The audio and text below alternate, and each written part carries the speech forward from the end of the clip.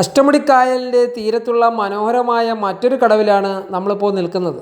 നേരത്തെ ഇതേപോലെ അഷ്ടമുടിക്കായലിൻ്റെ തീരത്തുള്ള മറ്റൊരു കടവായ കൈതാക്കുടി നമ്മൾ പരിചയപ്പെട്ടായിരുന്നു. അതുപോലെ തന്നെ മനോഹരമായ ഒരു കടവാണിത്.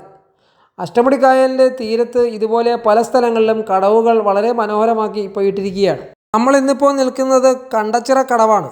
കണ്ടച്ചിറ കടവെന്നാണ് ഈ ഒരു കടവിൻ്റെ പേര്. ഇതിൻ്റെ ലൊക്കേഷൻ എന്ന് പറയുന്നത് കൊല്ലം തേനി ഹൈവേയിൽ താനിക്കമുക്കിൽ നിന്നും മങ്ങാടേക്ക് പോകുന്ന വഴി ഒരു 700 മീറ്റർ സഞ്ചരിക്കുമ്പോഴാണ് ഈ കണ്ടച്ചിറ ഈ പറയുന്ന ഈവനിംഗ് പാർക്കിൻ്റെ ലൊക്കേഷനിൽ വരുന്നത്. കണ്ടച്ചിറ SNMUP സ്കൂളിൻ്റെ തൊട്ടടുത്തായിട്ടാണ് ഈ കടവ് ഉള്ളത്. വൈകുന്നേരങ്ങളിൽ കായൽ കാറ്റൊക്കെ ഏറ്റ് ഇരിക്കാൻ പറ്റിയ ഒരു മനോഹരമായ ഒരു സ്ഥലമാണിത്. ഇവിടെ വരുന്നവർക്ക് ഇരിക്കാനായിട്ട് കാസ്റ്റായിട്ട് ബെഞ്ചുകളുണ്ട്. അതുപോലെ തന്നെ പടിക്കെട്ടുകളിൽ ടൈലൊക്കെ പാകി മനോഹരമാക്കി ഇട്ടിരിക്കുകയാണ്. നമുക്ക് കായലിൻ്റെ ഓരത്ത് തന്നെ ഈ പടിക്കെട്ടിൽ പോയി ഇരുന്ന് കാഴ്ചകളൊക്കെ കണ്ടിരിക്കാൻ കഴിയും. അതുപോലെ ഇൻ്റർലോക്കൊക്കെ പാകി നല്ല മനോഹരമാക്കി ഇട്ടിരിക്കുകയാണ്. ഇതിൻ്റെ തൊട്ടടുത്തായിട്ട് കുട്ടികൾക്കായിട്ട് ഒരു ചെറിയ പാർക്കും പണി ഇപ്പോൾ ഏകദേശം തീർന്ന് ഇപ്പോൾ ഓപ്പൺ ആക്കിയിട്ടുണ്ട്. ചെറിയ പ്ലേയിങ് ഏരിയ ആയിട്ട് പാർക്കും ഒക്കെ അറേഞ്ച് ചെയ്തിട്ടുണ്ട്. വാഹനം പാർക്ക് ചെയ്യാനുള്ള സൗകര്യം അല്പം കുറവാണ്. കുറച്ച് വണ്ടികളെ പാർക്ക് ചെയ്യാനുള്ള സൗകര്യമുള്ളൂ. പിന്നെ ബൈക്കിലൊക്കെ വരികയാണെന്നുണ്ടെങ്കിൽ വളരെ ബുദ്ധിമുട്ടില്ലാതെ നമുക്ക് വണ്ടി പാർക്ക് ചെയ്യാൻ കഴിയും. അതുപോലെ തന്നെ ഇവിടെ രാത്രി വൈകിയും അല്പം ഇരിക്കുന്നതിന് വലിയ ബുദ്ധിമുട്ടൊന്നുമില്ല. ഇവിടെയും കടവിൻ്റെ പ്രധാന ആകർഷണം എന്ന് പറയുന്നത് ഇവിടുത്തെ ഒരു ടീ ഷോപ്പ് തന്നെയാണ്. ധാരാളം സ്നാക്സുകളും ജ്യൂസ് ഐറ്റംസും ഒക്കെ ഉള്ള ഒരു നല്ല ഒരു നീറ്റ് ആൻഡ് ക്ലീൻ ആയിട്ടുള്ള ഒരു ഷോപ്പാണ്. സ്ത്രീകളാണ് ഈ ഷോപ്പ് ഇവിടെ നടത്തുന്നത്. അല്പം ഹൈടെക് ആയിട്ടുള്ള ഒരു ഷോപ്പ് തന്നെയാണ്.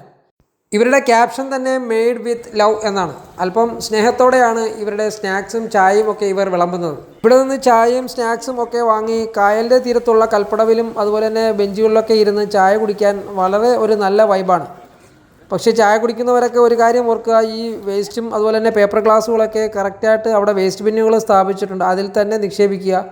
മാലിന്യങ്ങളൊക്കെ നമ്മൾ വലിച്ചെറിഞ്ഞിട്ട് പോയാൽ പിന്നീട് വരുന്ന ആൾക്കാരും അത് അതേപോലെ തന്നെ ആവർത്തിക്കാൻ സാധ്യതയുണ്ട്. അതുകൊണ്ട് ഈ സ്ഥലങ്ങളൊക്കെ നമ്മൾ നീറ്റായിട്ട് മെയിൻറ്റെയിൻ ചെയ്യാൻ നമ്മൾ തന്നെ ഈ വരുന്നവർ തന്നെ ശ്രദ്ധിക്കേണ്ടതാണ്.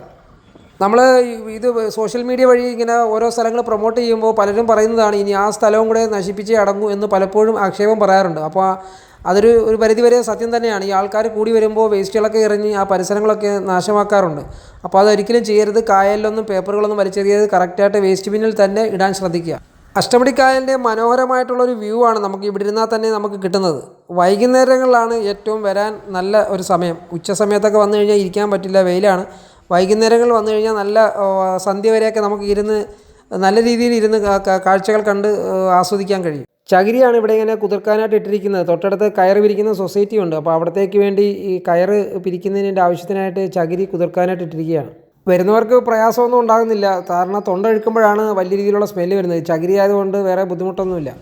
ശരിക്കും ഇതുപോലെ തന്നെ മനോഹരമായ പല സ്ഥലങ്ങളും നമ്മളെ ഈ അഷ്ടമുടിക്കായലിൻ്റെ തീരത്തായിട്ട് ഉണ്ടെന്നുണ്ടെങ്കിലും അതൊക്കെ വേണ്ട രീതിയിൽ ഉപയോഗപ്പെടുത്താൻ കായൽ ടൂറിസം പ്രൊമോട്ട് ചെയ്യാനും ഒന്നും നമുക്ക് ഇതുവരെ കഴിഞ്ഞിട്ടില്ല എന്നുള്ളതാണ് സത്യം.